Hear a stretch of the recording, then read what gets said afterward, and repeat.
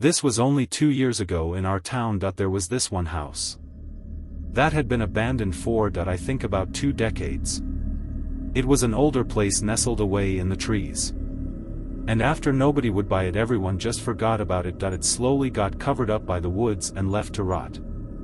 I was always interested in these types of places and loved to explore them. In one random afternoon, I had off work. That's exactly what I did. I walked there with a small backpack and a flashlight. Usually I'd go with friends, but this house was so close by and seemed less significant than other places we'd been to, so I didn't bother. The driveway going into the woods was almost completely gone. Grass had grown over the gravel. I marched my way through it, eventually taking my flashlight out so I could see better. The house was deeper into the woods then I'd remembered. I felt like I walked for 5 or 6 minutes before getting there. It was an old wooden home built before garages were even a thing. I guess it kind of looked like a large 2-story cabin. I walked up to one of the front windows, which was broken, and leaned my head through it. I listened to the inside for 30 seconds to make sure I was alone. Then, after hearing nothing, I went to the front door. The door was unlocked and already slightly cracked open.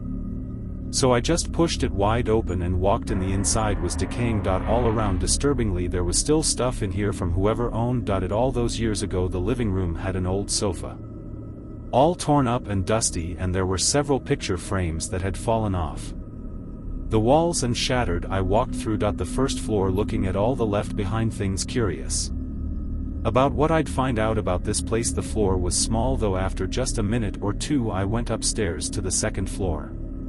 The stairs were creaky and shaky. I'm surprised they hadn't caved in already. The second floor had a hallway with 2 rooms. One of the doors was open and the other was closed. I looked into the open point one. The room was empty, which was strikingly different from downstairs.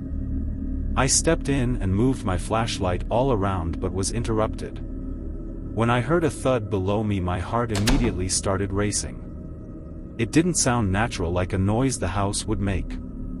I hurried down the stairs and waved my flashlight all around. The house was so quiet now, and I didn't see anything moving that could have made the sound. Having that bad gut feeling though, I told myself I should just leave. Usually with my friends, I explore with, we always say, at the first sign of anything sketchy, we leave. Being alone, I definitely wasn't staying. I quickly walked down the hallway, still moving my flashlight all around. But when I got to the front of the house, the door was shut. I had left it wide open. I hurried up to it and pulled the handle, but it didn't move. It was locked or bolted closed on the outside. I immediately started to panic, knowing someone else had to be here with me, and just locked me in. I ran over to the broken window, and jumped out. I didn't see anyone as I sprinted into the woods, turning my flashlight off and staying off of the path. My heart was still racing as I walked between the trees, but then a light came from ahead. I was confused and moved behind a tree. It was a red and blue light flickering at the end of the driveway. There were 2 cop cars cutting through the thick grass and driving toward the abandoned house. They passed by me, rushing to the front of the home. As I remained hidden, something in me knew that they weren't there for me. I watched for a minute, then ran out of the woods and back home. I don't know who else was there or why the police were rushing toward the house. I tried to find out more information on it in the coming weeks, but never found anything released to the public. Whatever was going on in there, or whoever was in there, must have been pretty bad. I'm lucky to be here right now. It was 2016. I lived with my 2 best friends, who I'll call Jason and Andrew for privacy. We were all roommates in an apartment in the city, while we finished up our last year of college. Because we were all in school and had jobs, we didn't often have a lot of free time. When we did though, our usual activity that we all enjoyed was hiking, or I guess just exploring in general. Sometimes we'd go on trails, or just drive to a random town we hadn't been to before and walk around. This week we all had Friday and Saturday off, so we wanted to find something to do on Friday night.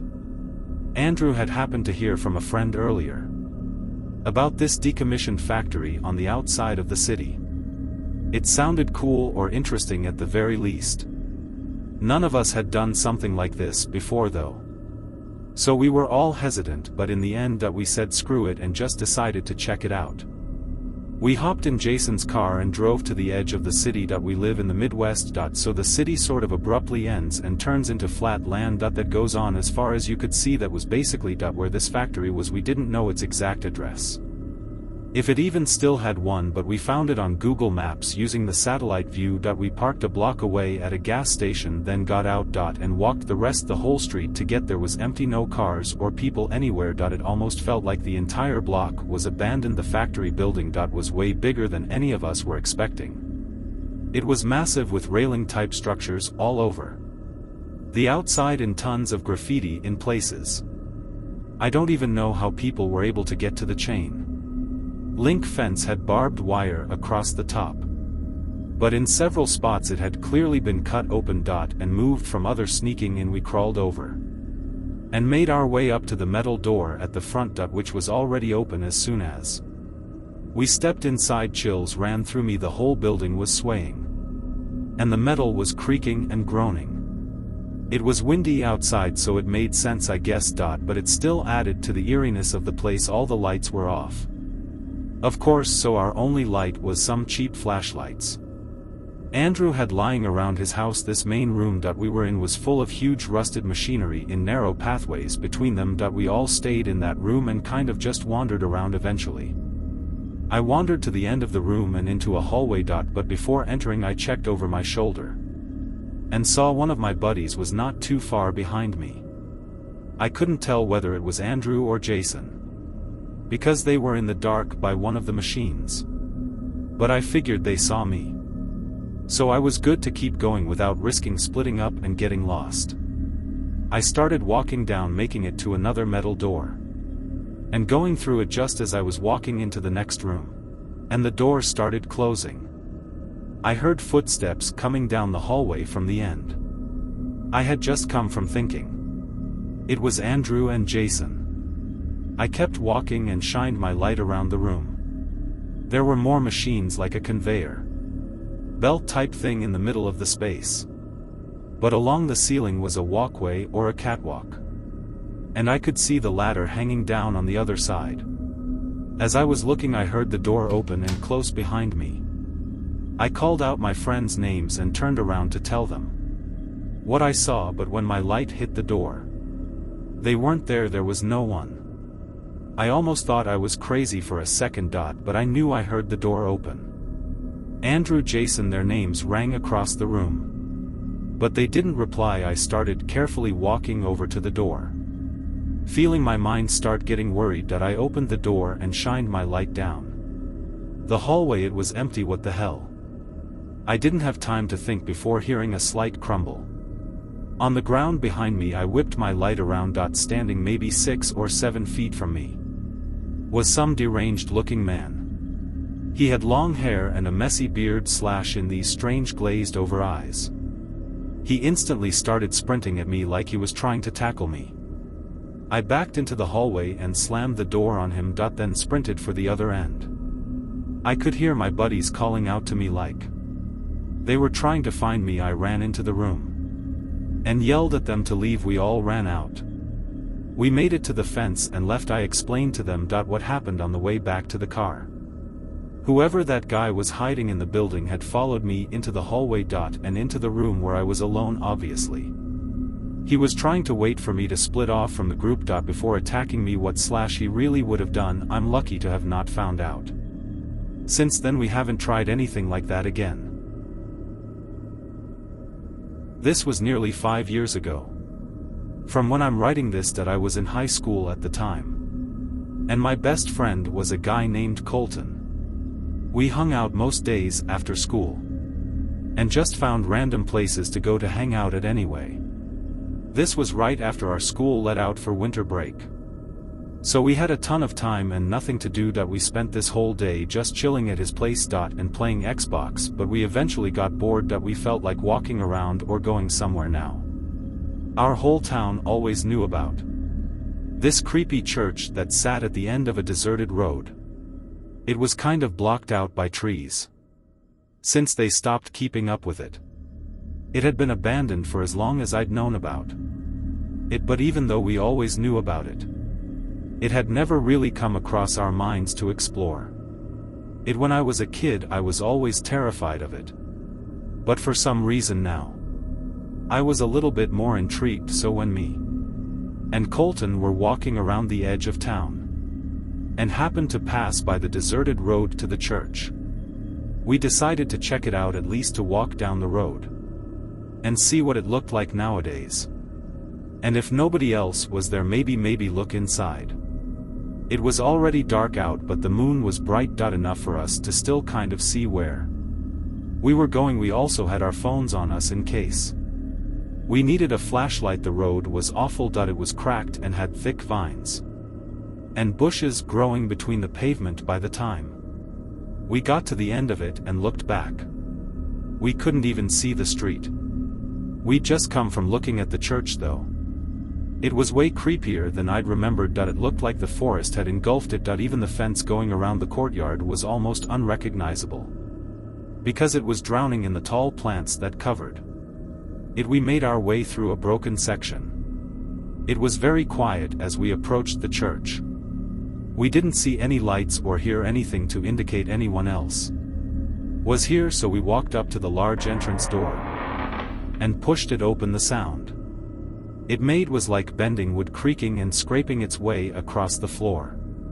It echoed through the whole room. Both of us stayed at the doorway for a minute and just looked from there. What was really odd, and also kind of creepy, was that the whole room, full of rows of benches, looked almost untouched. There wasn't any debris anywhere or even graffiti. Like you'd expect from an old place like this. I stepped in and Colton followed behind me. I slowly walked down the aisle, just looking around at everything. Each step we took echoed throughout the V'd ceilings. But when we got closer to the end, there was a sudden thud. It rang through the whole church. Both of us jumped and quickly got our phone flashlights out. We couldn't tell where it came from though. The sound kind of took over the whole building and echoed all around. We stood still and moved our lights around looking for anything that had caused the sound. But we really saw nothing. Colton thought he saw another room closer to the entrance, and maybe something had fallen over in there. Regardless, we kept exploring. I walked to the end of the hall where the podium was. I stood up there and looked back down at the way we came. It was so dark by the entrance, even my light couldn't reach that far. After a minute, Colton said he wanted to check out the other room, so we both headed over there. On the side wall was a door. I opened it and shined my light in. From just a quick look, I couldn't tell what the room was. We walked in and looked around. There were chairs stacked up against the wall and a bunch of boxes everywhere, like storage or something. While we were in there, we heard a sound. We both stopped moving. It was a light thump and then another. It sounded like someone walking down the aisle. We just came from. Both of us froze up. The sound was coming from the podium area, walking down toward the entrance. We could only see out the thin crack in the doorway of the room we were in, but we stared at the darkness out there and waited as the sound got closer. Then for a split second, someone crossed through the dark and out the front entrance door.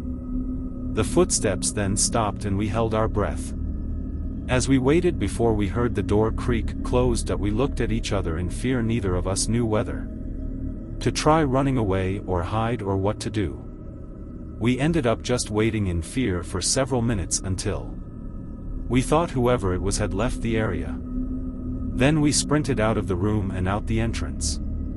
We didn't stop running until we got down the deserted road and onto the street. We don't know who was in there, but they came from the end of the church that I had just been at. There was no doorways over there, so they had to be hiding or something somewhere right next to me.